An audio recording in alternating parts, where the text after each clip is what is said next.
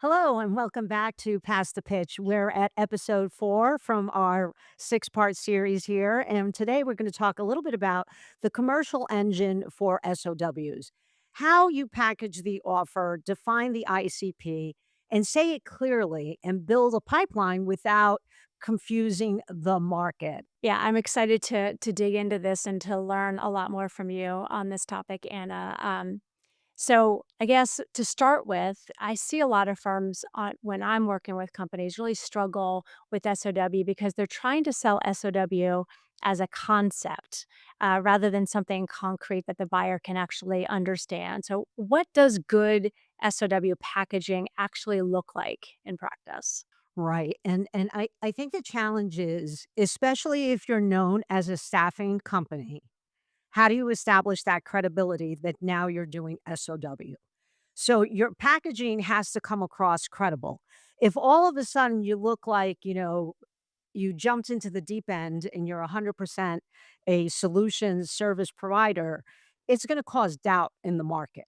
So you need to be able to show some gradual change and how you're evolving into this space. Now, I've seen a couple of things work where companies have rebranded the solution side of the house to have a different name, right? So basically saying, we're excited, we're launching this whole new service offering. We're going to have so and so run this particular arm of our operation. That's a great way to establish credibility because it shows that you've invested in the space. Another thing that I've seen happen is taking case studies, and sometimes you can have a little bit of a poetic liberty where you look at places that you worked at where you probably could have done it as an SOW, but you can build a case study so that it looks very enticing to somebody who's reading it and it illustrates your understanding. The other thing that you can do is your packaging reflects to you have a new hire who's a subject matter expert in a particular field. So that's what good SOW packaging looks like. It's a natural extension of your environment. It doesn't look like all of a sudden you went from, um, I do ABC types of services to now I do A through Z.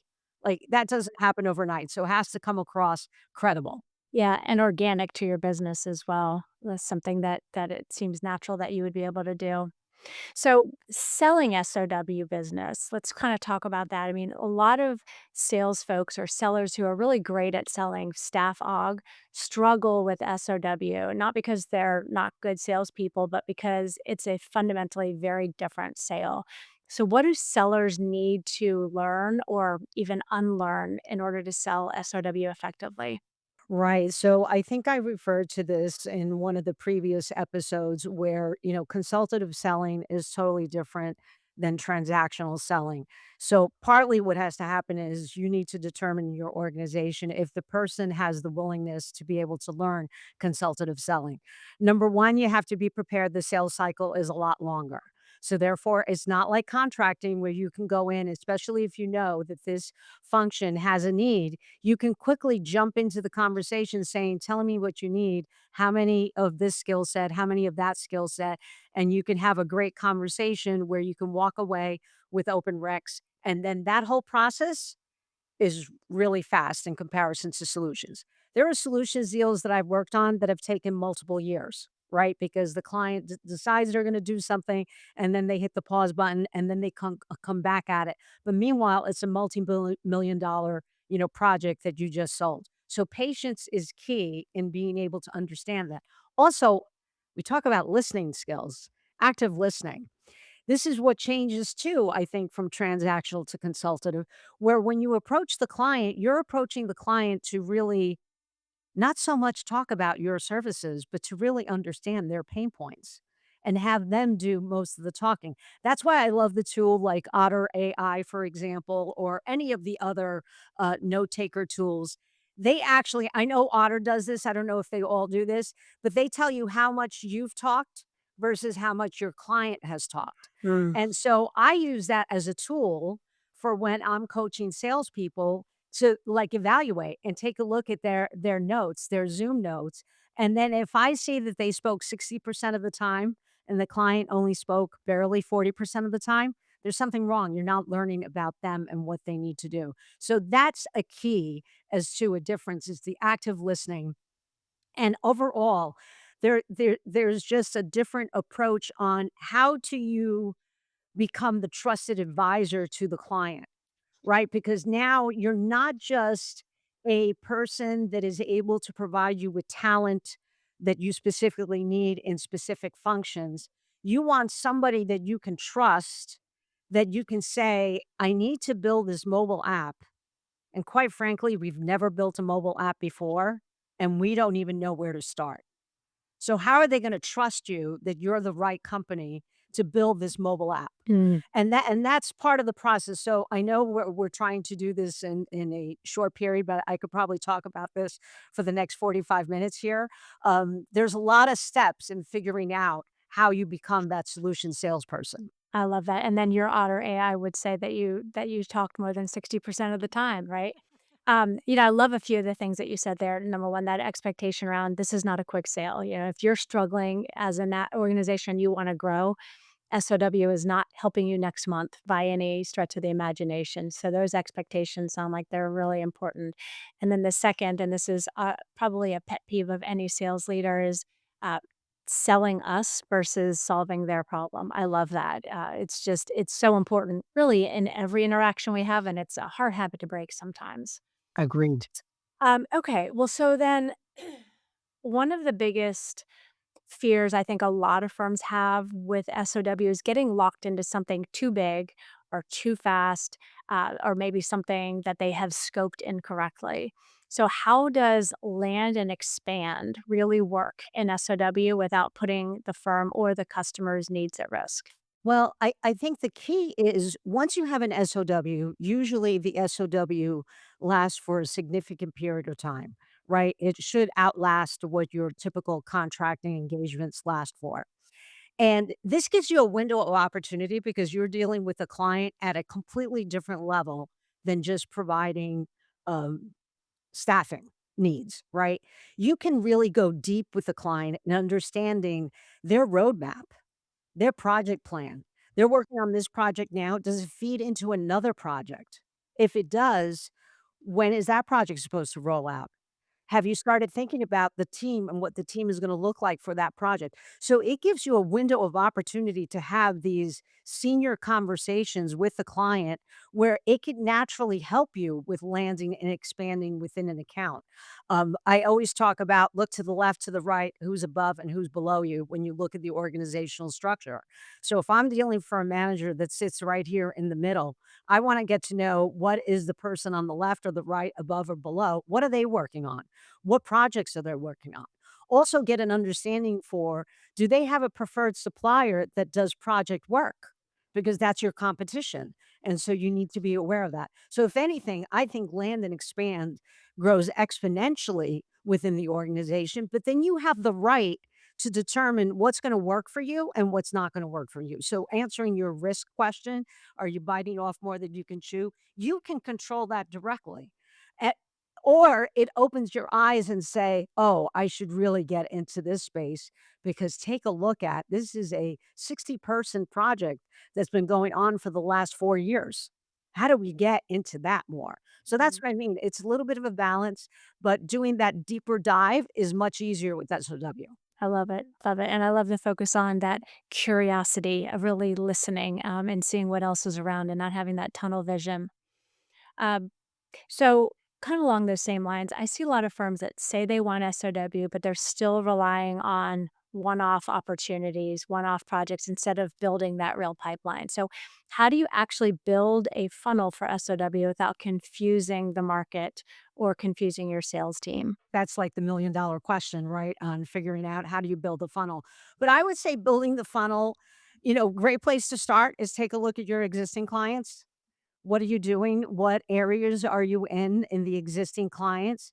Do you have a circle of trusted clients that you can go to and ask them those questions?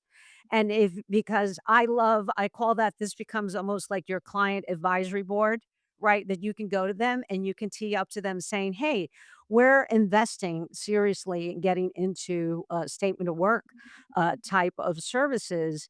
And we provide you these types of skill sets. But if we were to move into this SOW world, what does this mean to you?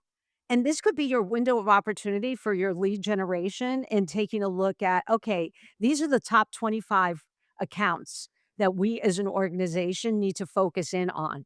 And then you start building the confidence in what you can and can't do. And then before you know it, it arms you with the right messaging and the right, wording that you can say, yes, we've done this. It's always getting started that's the hard part. Because once you get started, you build that confidence that goes with it. And then you could start packaging one page collateral that makes sense and is more relevant as opposed to the first one page collateral you put together before even starting SOW. And you start fine tuning your message that way. I love the talking to your customers too, by the way, and getting their feedback where you have those good relationships because it also shows them you how how invested you are in the relationship with them that you want their opinion and as you craft these things they're going to have insight for you that is ultimately that's what we need is the customer insight. So I love that. I don't think we do that enough sometimes when we're launching new things. No, I know. Pricing for this business and pricing the value versus hourly rates, this is where almost everyone gets stuck because buyers are still conditioned, unfortunately, to compare everything to hourly rates. So, how do you price value when the buyer keeps anchoring back time and materials pricing? Right, and actually, this is a telltale sign if the client is really looking for an SOW, or would they might be much happier as contracting. I go through an exercise where I actually build a matrix for, clients where I actually show them, um this is what you get with contracting, and this is what you get with a statement of work engagement. And the statement of work engagement is a very long list of what you get in return. Number one, we built an infrastructure to be able to support your project. We have subject matter experts that we are tapped into. The people that we put on site, they tap into these subject matter experts when they have technical questions before they even come to you, right? We do a value improvement program meeting with you monthly that we tell you what's good, bad, ugly, and indifferent. And so you see how the list can go on and on and on versus I can provide you the 5 people that you're looking for. So that's why the price for those 5 people is that versus the solution offering that we're putting together and the risk that we take on as a provider to be able to ensure that this team can do what they have signed up to do in the statement of work. Um, that shows the value. I compare it a lot of times when you look at, buying like designer brands versus buying a regular brand. Why do people go to the designer route? It's because they're looking for that extra quality. They're looking for that extra support that you get if something goes wrong with your shoes or if something goes wrong with your bag.